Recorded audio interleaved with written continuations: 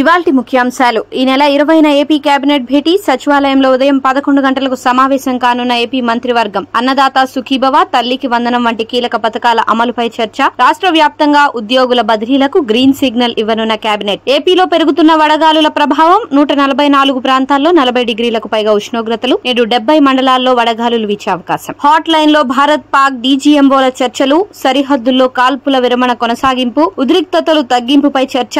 ఒకవైపు డీజీఎంఓ చర్చలు, మరోవైపు ప్రధాని నివాసంలో సిడిఎస్ త్రివిధ దళాధిపతుల సమావేశం. టెస్టులకు విరాట్ కోహ్లీ రిటైర్మెంట్. 14 ఏళ్ల టెస్ట్ క్రికెట్ కు గుడ్ బై చెప్పిన రన్ మెషిన్. కొద్ది రోజులుగా కోహ్లీ రిటైర్మెంట్ పై జోరుగా ప్రచారం. రోహిత్ టెస్టులకు రిటైర్మెంట్ ప్రకటించిన రోజుల వ్యవధిలోనే కోహ్లీ తాజా ప్రకటన. కరెంట్ ఛార్జీల పెంపుపై మంత్రి గొట్టిపాటి ప్రకటన. ఎట్టి పరిస్థితుల్లో విద్యుత్ ఛార్జీలు పెంచబోమని మంత్రి స్పష్టత. భవిష్యత్తులో కూడా ఛార్జీలను పెంచే ఆలోచన లేదని వెల్లడి. వైసీపీ కావాలనే అనవసరపు ప్రచారం చేస్తుందని విమర్శ.